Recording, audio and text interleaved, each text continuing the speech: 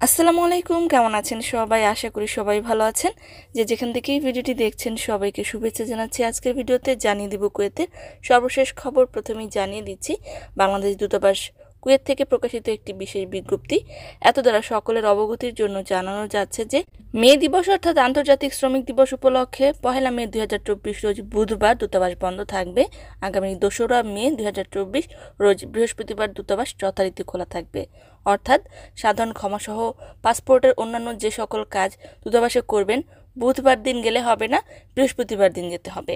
এবারে জানিয়ে দিচ্ছি অন্যান্য আপডেট।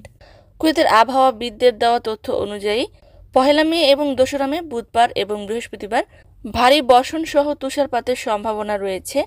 স্বরাষ্ট্র মন্ত্রণালয় থেকে এ সময় সকল কুয়েতি নাগরিক এবং প্রবাসীদেরকে সতর্কতা অবলম্বন করতে বলা হয়েছে। জরুরি প্রয়োজনে 112 নম্বরে ফোন করতে বলা হয়েছে। এছাড়াও মিউনিসিপ্যালিটি টিমের পক্ষ থেকে কুয়েতের ভারী বর্ষণ রোধ করতে সকল ধরনের প্রস্তুতি গ্রহণ করা হচ্ছে।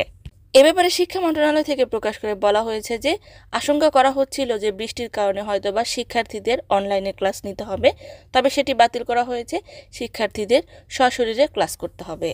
জানিয়ে দিচ্ছি মারাত্মক দুটি দুর্ঘটনার খবরে একটি স্থানীয় আরবি দৈনিকে প্রকাশ করে বলা হয়েছে যে সালমিয়া এলাকায় কাজ করার সময় নির্মাণাধীন ভবন থেকে একজন মিশরীয় প্রবাসী ছাদ থেকে পড়ে গিয়ে মৃত্যুবরণ করেছে। তদন্ত কর্মকর্তারা ঘটনাস্থলে পৌঁছে লাশটিকে ফরেনসিক ডিপার্টমেন্টে পাঠিয়েছে এবং এই ব্যাপারে পড়ে যাওয়ার ঘটনায় মামলা দায়েরের পর নির্মাণের দায়িত্বপ্রাপ্ত ঠিকাদারকে আটক করা হয়েছে।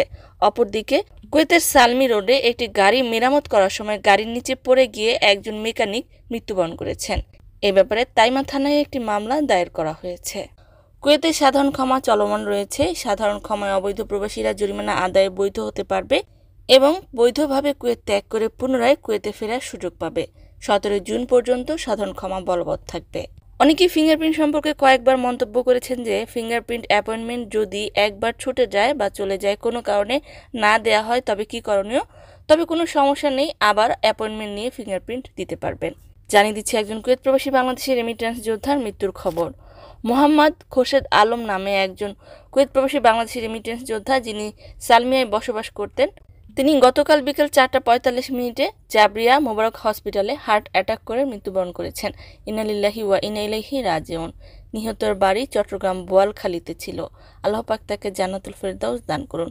কুয়েতের সর্বশেষ কারেন্সি হলো কুয়েতি 1 দিনারে বাংলাদেশি 379 টাকা। সর্বশেষ গোল্ড প্রাইস হলো 1 গ্রাম 22 ক্যারেট স্বর্ণের দাম 22 দিনার 300 পয়সা। জুয়েলার্সে কম বেশি হতে পারে। সম্মানিত ভিউয়ার্স, আজকের মতোই ছিল আপডেট। পুরো ভিডিওটি দেখার জন্য ধন্যবাদ। এই ধরনের ভিডিও পেতে চাইলে ইউটিউব চ্যানেলটিকে সাবস্ক্রাইব করে দিবেন, ফেসবুক পেজটিকে লাইক এবং ফলো করে দিবেন যারা পূর্বেই করেছেন। সবাইকে ধন্যবাদ। আজকের মতো বিদায়। আল্লাহ হাফেজ।